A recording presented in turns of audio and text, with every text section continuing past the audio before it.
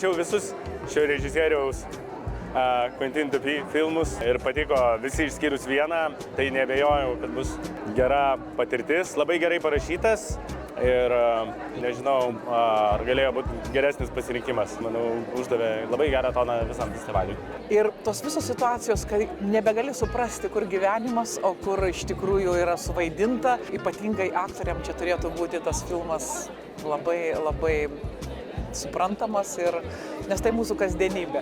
Skanorama man tai yra tokios visos spalvos visą laiką. Jaučiu pagrindinę kryptį visą laiką, kur link keliauja programa, bet vis dėlto spalvų netrūksta, tai aš tikiuosi, kad ir šį kartą jinai bus tokia spalvinga, kaip ruduo. Man atrodo, reikia nesirinkti ir eiti.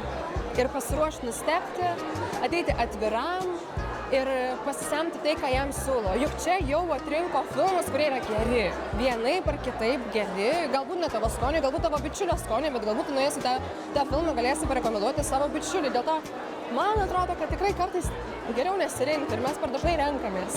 Man visada yra smalsu šitie skandinaviški filmai, tai aš supratau iš programos, kad bus nemažai, norvegų, islandų. Islandų kinematografas fantastiškas paskutiniu metu, danų filmų. Tai ties to norėčiau, kaip sakant, ir sutelkti savo dėmesį.